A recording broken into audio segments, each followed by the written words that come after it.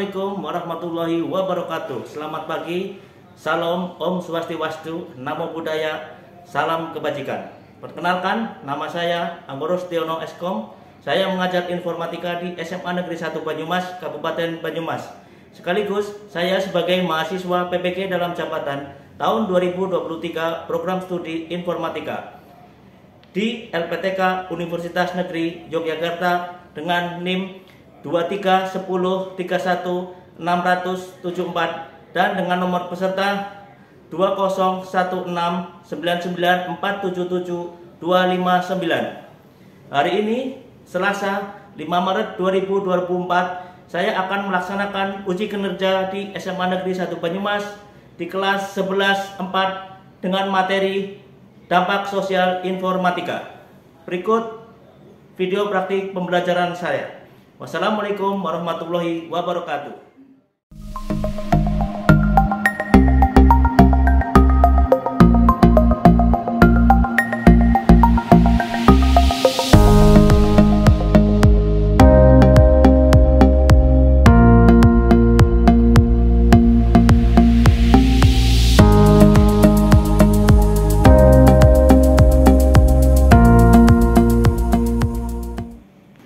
Selamat siang semuanya. Siang. Ya, gimana kabarnya? Alhamdulillah. Ya, baik. Sebelum mengawali pembelajaran informatika pada siang hari ini, silakan ketua kelasnya Mas Iqbal dipimpin untuk berdoa. Siap, Bro. Mari kita berdoa menurut kepercayaan masing-masing. Doa dimulai.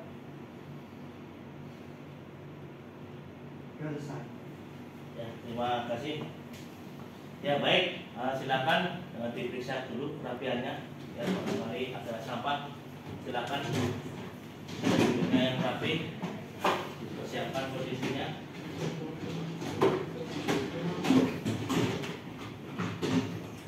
Ya, baik ya. Walaupun ini jam terakhir tetap semangat ya. Semangat. Ya, kalian sebagai generasi penerus bangsa harus tetap semangat.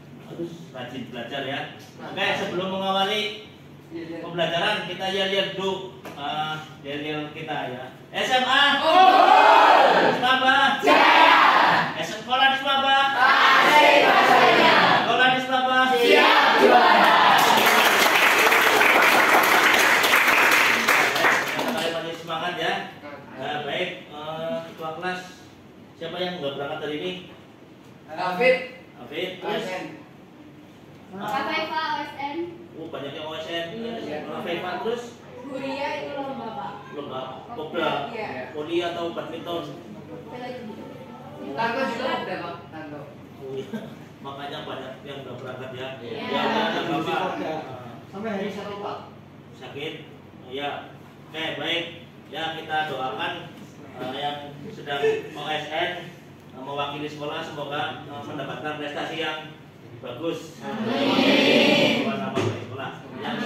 Yang sedang sakit kita doakan agar cepat sembuh ya, agar bisa bertemu dengan kita kembali. Oke.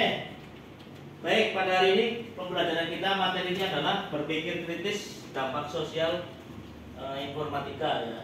Sebelumnya saya sampaikan dulu tujuan pembelajaran. Jadi tujuan pembelajaran kali ini adalah peserta didik mampu menjelaskan arti pentingnya berpikir kritis pada perkembangan teknologi ya, khususnya di bidang pertanian dan kesehatan.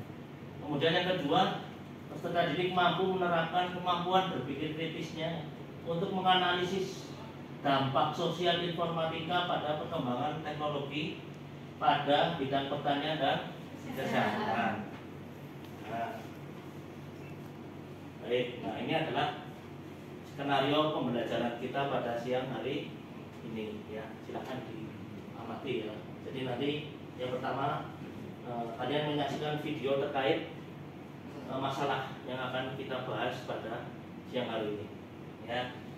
Yang kedua nanti kalian membentuk kelompok ya, 4 sampai 5 siswa gitu ya. Kalau yang ada ya 3 yang masalah ya, karena banyak yang tidak bisa hadir, nanti 4 anak atau 3 anak boleh. Nah, kemudian nanti saya membagikan LKPD gitu ya. Nah, LKPD-nya sudah ada di Teams. Ya, nanti silakan kalian buka Teams, di situ sudah ada ya. Nanti saya tunjukkan bagaimana cara mengerjakannya. Nah, kemudian setelah kalian selesai mengerjakan, kalian diskusi. Nah, kerjakan, kalian presentasikan, bukan hasil diskusi kalian di depan. Paham ya? Nah, nanti kalian kumpulkan hasil kalian ke drive, ya OneDrive. Ya, linknya juga sudah saya sertakan di Teams, itu ya.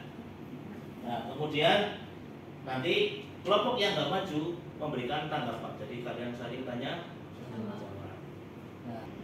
Nah, baik. Nah, sebagai prasyarat, ini adalah pretest ya. Kita kegiatan selanjutnya adalah pretest. Sekarang silakan kalian keluarkan HP-nya, di-scan ya soal pretest di tersebut, itu ya. Oke, silakan. Bagi yang nggak support, HP-nya belum support scanner, nggak bisa scan barcode, silakan klik link di bawah atau di Teams juga sudah saya sertakan, gitu ya. Oke, sudah bisa mengakses semua? Ya, silakan kerjakan. Waktunya 5 menit ya. Ya, silakan. Ada yang sudah selesai? Sudah. Ada yang belum? Ya, kita tunggu yang belum selesai dulu. Ya, sudah selesai semuanya? Baik, ya. Nah. Baik, sekarang kita lanjutkan ya. Nanti saya sampaikan. Baik, kira-kira kalau kalian melihat di dunia pertanian dan kesehatan gitu ya, nah, perubahan penting apa yang terjadi dalam dunia pertanian dan kesehatan dalam 10 tahun terakhir ini? Ada yang bisa jawab nggak? Ada traktor di pertanian, Ya, pergantian silakan. bajak. Apa? Adanya pergantian sapi oleh traktor. Ya, terus? Adanya mesin penebar pupuk. Oh ya, bagus. Ya. Kemudian kira-kira apa itu yang menyebabkan perubahan hal itu? Ya, silakan Mbak siapa? Mbak Nadia. Iya, Mbak Nadia. Itu Silakan. terjadi karena adanya perkembangan teknologi Pak setiap tahunnya. Oke, ya bagus. Oke, bagus ya. Terima kasih. Ya, tepuk tangan. Ya, bagus ya. Jadi perkembangan teknik ini semua tidak lepas dari perkembangan teknologi itu ya. Nah, oke. Saya akan memutar video tentang perkembangan teknologi gitu kan di bidang pertanian dan kesehatan gitu ya. Nah, sekarang kita di bidang pertanian dulu ya. Silakan kalian perhatikan. Apa yang kita lihat sini? Gulma atau wortel? Di ladang ini sedang diuji coba teknologi terbaru untuk dapat membasmi gulma sekaligus meningkatkan hasil panen. Inilah Boniro, robot yang bekerja membantu petani organik bernama Rainer Kassens.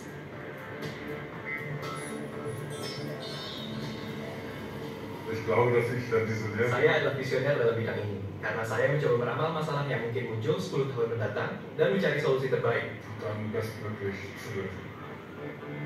Para petani kini sudah menghadapi masalah, kesulitan mencari pekerja di ladang mereka. Boniro dapat menjadi solusi masalah tersebut. Robot bisa mengenali sekaligus membasmi gulma tanpa bahan kimia. Robot memang masih dalam tahapan belajar. Petani mengundang pakar IT untuk membantu. Boniro harus dapat membedakan mana tanaman berguna dan mana gulma. So kann man sich das vorstellen, da malt einer Saya bisa mengatakan memberi warna yang sudah diberi penanda hijau dan penanda merah, dan mengajar robot, ini wortel dan itu gulma. Setelah itu, kami beri gambar tanpa penanda apapun, dan robot harus menemukannya. Robot harus memberi tanda merah atau hijau. Inilah gambar akhir yang kami peroleh. Robot mempelajari gambarnya dan menandai ini gulma. so wählt er quasi alle Eindrücke auf und sagt, du bist Unkraut. Inilah kecerdasan buatan untuk pertanian. Tekniknya dirancang lebih ramah lingkungan, robot digerakkan panel surya. Selanjutnya, gulma dipisahkan dari tanaman sayuran dengan tangan.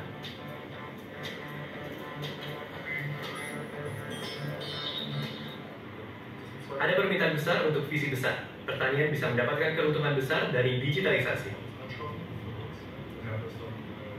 Unser Traum ist wirklich, Impiannya, kita datang sini dengan mobil kita, lalu kita buka pintunya, dan ratusan drone terbang di atas ladang. mengerjakan semuanya secara otomatis. Alles automatisch. Kapan saatnya drone dikerahkan mengambil alih tugas yang sulit, bagaimana pekerjaan ladang akan berubah, dan mana yang akan tetap bertahan. Apa artinya digitalisasi bagi produksi pangan dan peternakan? Semua tergantung pada kemungkinan dari teknologi teranyar dan bagaimana kita mengeksploitasinya. Nah, kemudian video yang kedua ini tentang pada dunia kesehatan. Hai semuanya, kali ini kita akan membahas tentang teknologi modern untuk kesehatan. Ada apa aja sih? Penasaran kan? Ayo kita simak pembahasan berikut ini.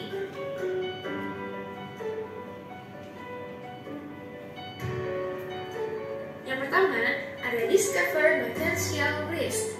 Magnesio adalah sebuah alat yang mampu memonitor tekanan darah dalam jangka waktu tertentu. Alat ini dapat disinkronkan dengan smartphone dan hasilnya akan terlihat. Alat ini cocok digunakan bagi penderita darah tinggi.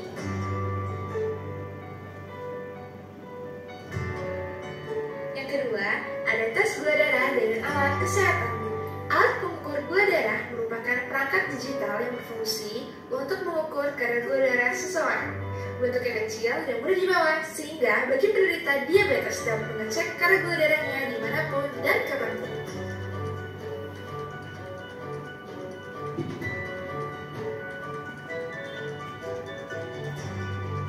Yang ketiga ada Apple Watch Series 4, Review in Lifestyle to the Heart. Alat ini memiliki fitur deteksi olahraga secara otomatis, dapat memberitahu Anda waktu untuk memulai dan mengakhiri latihan, mendeteksi denyut jantung, dan juga dapat digunakan untuk yoga, hiking, mengatur kecepatan target, dan juga melacak kecepatan.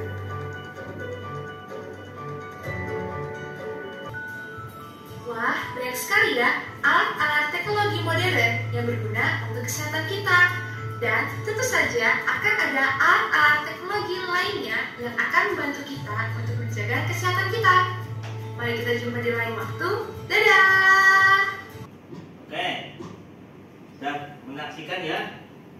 Ya, itu diantara contoh perkembangan teknologi, itu ya. Nah, tadi yang di pertanian itu bisa mendeteksi mana tanaman yang berguna, mana yang sama, gitu ya. Nah, untuk kesehatan lebih banyak lagi, gitu ya. Nah, sekarang waktunya kita berdiskusi. Ya, silakan kalian membagi kelompok. Satu kelompok 3-4 boleh atau 4-5 boleh. Silakan. Yang dekat-dekat saja silakan kalian diskusi. Sudah? Ya. Silakan kalian waktunya untuk berdiskusi. Silakan kalian buka Teams. Ya, saya sudah mengupload LKPD-nya di Teams ya. Nah, di-download. Sudah? Silakan dikerjakan ya. Siap. Nah. Kerjakan. Silakan boleh pakai HP. Isinya untuk ngetik ya. Ya, silakan. Kamu boleh cari sumber dari internet. Ya, perhatikan ya. Nah, jadi untuk anggota kelompok silakan ditulis. Sudah, paham ya? Nah, kemudian judulnya apa? Kemudian pada kolom kedua, masalah teknologi yang diidentifikasi itu apa? Sudah ya?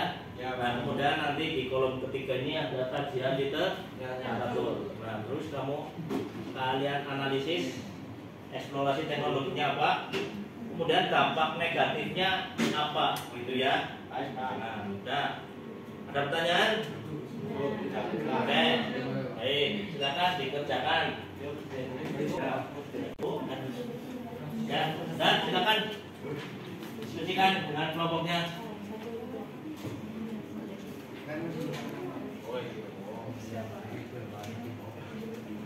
Mana? Sudah kalau ininya apa dia? Sudah enggak? Secara biji kalau biji. Masih Pak, aman Pak. Ya. Pak, boleh kerjain dulu. Ya. Apa ya mau ya, Pak? Tidak pakai yang baik. Mau. Sudah. Ganti ini Pak. Ini lapangan kerja berkurang.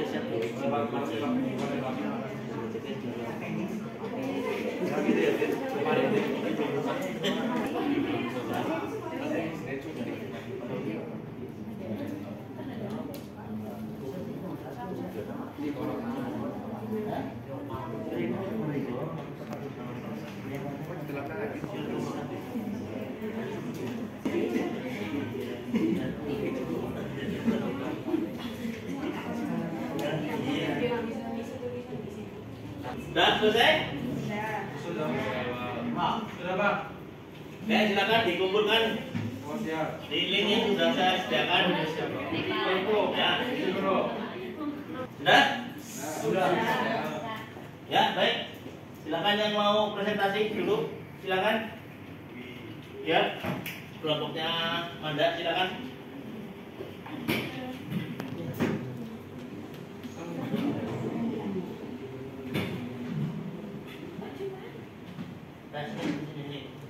Cuma bertiga ya? Ya, kan apa-apa. Ya, silakan. Yang lain diperhatikan. Assalamualaikum warahmatullahi wabarakatuh. Waalaikumsalam warahmatullahi wabarakatuh. Pada kesempatan kali ini kami dari kelompok 1 akan mempresentasikan hasil diskusi kami dengan judul Bayi Tabung Teknologi Reproduksi Terkini untuk Mengatasi Infertilitas. Namun sebelum itu izinkan kami untuk memperkenalkan diri terlebih dahulu. Nama saya Nadia Wuliaryanto, absen 23, dan rekan saya Sika Citra Romadina, absen 36. Saya Amanda Fernisa, absen 19. Di sini pertama-tama saya akan menjelaskan mengenai pengertian dari infertilitas.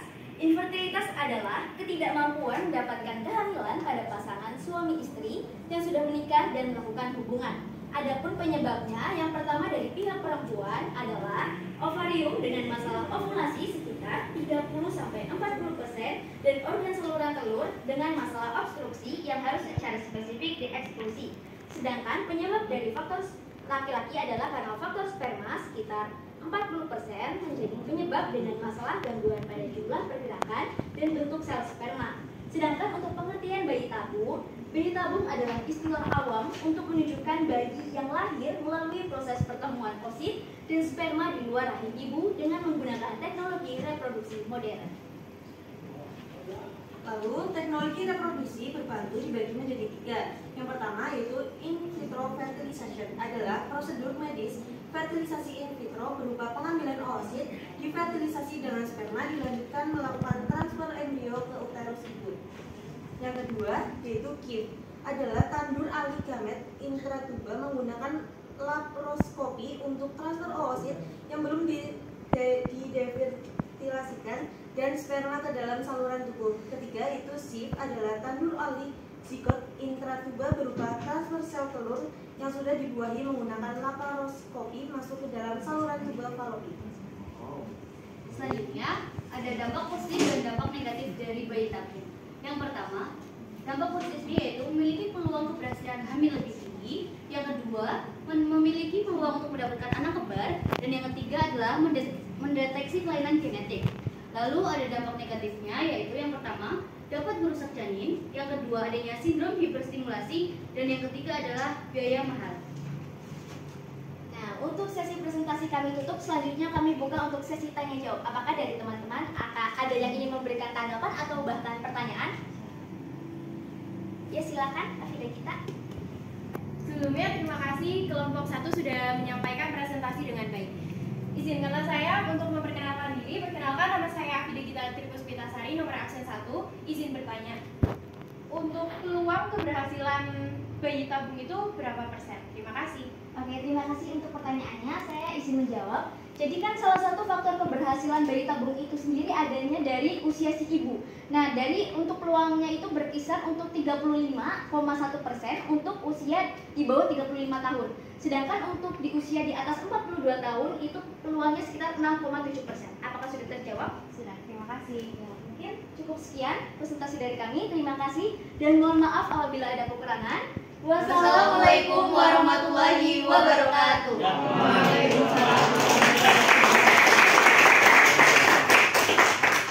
Ya, bagus sekali ya. Ya, presentasinya sangat bagus. Pertanyaannya juga sangat mantap. Sudah dijawab juga dengan bagus sekali. Oke, silakan kelompok selanjutnya. Ada yang mau presentasi? Ya, silakan. Assalamualaikum warahmatullahi wabarakatuh. Waalaikumsalam warahmatullahi wabarakatuh. Selamat siang teman-teman. Siang. Kami dari kelompok informatika kelompok 2 yang berjudul dampak sosial informatika akan mendiskusikan tentang eksoskeleton sebagai solusi untuk penyakit pembentukan kelumpuhan. Sebelumnya, perkenalkan nama saya Puspa Salsentania, Sunduk 8, dan rekan-rekan saya Ratna Mesolya, nomor absen 32. Saya Fide Kita, nomor absen 1. Saya Arma Yuswa, nomor absen 2. Baik, selanjutnya akan penyampaian materi oleh penyaji materi. Masalah teknologi yang telah diidentifikasi yaitu alat bantu pelumpuhan pada kaki sedari lahir yang bersifat robotik yaitu exoskeleton. Analisis eksplorasi teknologi. Pasca kecelakaan Marius Yuska yang berusia 19 tahun kehilangan fungsi kakinya. Ia lumpuh dari bahu ke bawah, tapi sekarang ia merasa optimis suatu hari nanti bisa kembali berjalan. Ia mengharapkan fiksi ilmiah jadi kenyataan dalam kedokteran. Saya bahagia karena bisa kembali berdiri dan berjalan lagi, bergerak sedikit. Saya harap sensasi dan kekuatan akhirnya kembali ke kedua kaki saya. Ujar Marius. Exoskeleton yang membantu Marius dan penderita lumpuh lainnya dikembangkan dan diuji coba oleh para ilmuwan dari proyek riset Uni Eropa. Para pelatih fisik maupun pakar ilmu syaraf yang prototipenya amat menjanjikan. Pakar terapi fisik dari Rumah Sakit Fondazione Santa Lucia di Roma menjelaskan, dengan rehabilitasi konvensional, pasien tidak akan bisa berjalan di sepanjang belader paralel ini tanpa dibantu. Sangat mustahil mereka memulihkan sensasi berjalan. ini memungkinkan pasien mendapatkan sensasi dinamis secara alami dan psikologis. Sekian presentasi kami. Sebelum kami tutup, apakah ada yang bertanya? Silakan, Dina. Silakan. Ya baik, sebelumnya perkenalkan, nama saya Ginanti Saifa, izin bertanya mengenai tentang materi yang sudah disampaikan. Bagaimana cara penggunaan exoskeleton mampu mengendalikan sans robot tanpa melakukan operasi? Baik, izin menjawab pertanyaan dari Gina. Penggunaan exoskeleton di sisi lain itu tidak memerlukan tahapan operasi ya, karena untuk mengendalikan sang robot, mereka hanya perlu memakai skull caps di atas kepala mereka. Nah, skull caps itu berupa topi yang permukaan di dalamnya itu terselimuti oleh elektroda kecil. Ketika penggunanya memakai skull cap yang serupa dengan metode EEG atau electroencephalogram, kegiatan otak mereka akan terekam dan terdata oleh komputer. Nah, setelah itu komputer menerjemahkan sinyal-sinyal otak tersebut untuk kemudian dilanjutkan ke robot untuk melakukan gerakan yang diinginkan oleh pengguna. Ya, bagaimana? Apakah jawab? Ya, baik. Ada lagi? Tidak? Tidak ada? Oh, ya, silakan. Sekian presentasi kami. Jalan-jalan bersama si Asi, pulangnya membeli sepatu. Asik. Cukup sekian dan terima kasih. Wassalamualaikum warahmatullahi wabarakatuh. Waalaikumsalam.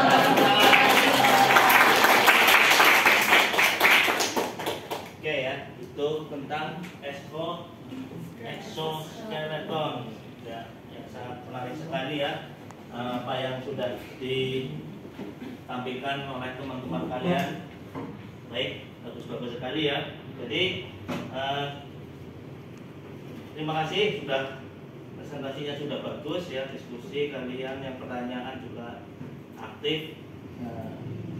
Kalian juga menggali masalahnya juga sangat baik itu ya. Nah, baik ya. Semua itu tidak terlepas dari kemajuan teknologi kita. Itu seperti video yang disampaikan, kemudian apa yang dipresentasikan itu kan kembangan teknologi gitu ya. Jadi teknologi tidak bisa kita lawan, tidak bisa kita bendung. Memang ada dampak negatifnya gitu ya. Nah, tapi sekarang ada orang lumpuh ya, kemudian dia bisa merasakan sensasi berjalan lagi dengan adanya teknologi exoskeleton itu ya, pasti dia makan lebih bahagia gitu ya. Nah, pasti makanya kan dampak negatifnya jika dibandingkan dengan dampak positifnya itu lebih besar ya, maka kita harus berpihak pada teknologi gitu ya. Oke, baik, sekarang kalian kerjakan post test ya.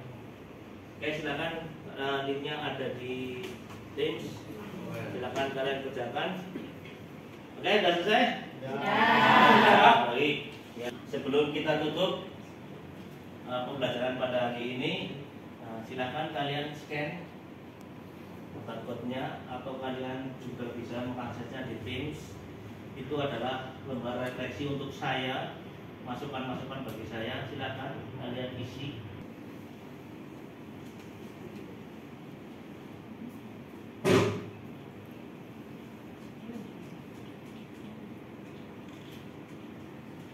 Sudah ya? Oke, baik. Baik, terima kasih untuk pertemuan hari ini. Kalian sudah sangat aktif, rajin, menurut gitu ya. Baik, pertemuan selanjutnya adalah kita akan membahas tentang sistem komputer. Nanti kita akan membuat sebuah alat yang hampir mirip ya, walaupun nggak sama seperti yang ada di video, tapi paling nggak kita mirip ya. Kita dasar-dasarnya dulu ya, tentang pemrograman microcontroller gitu ya. Oke, sebelum kita tutup pembelajaran hari ini, silakan ketua kelas memimpin doa agar apa yang telah kita pelajari hari ini diberkati oleh Allah Subhanahu wa taala. Bermanfaat bagi kita semua. Silakan ketua kelasnya Mas Iqbal pimpin doa. Syukur. Mari kita berdoa bersama-sama menurut pertanyaan masing-masing. Berdoa dimulai. Doa selesai. Ya, baik, terima kasih. Ya, sebelum meninggalkan ruangan, silakan PC-nya dimatikan. Terima kasih, selamat siang. Siang.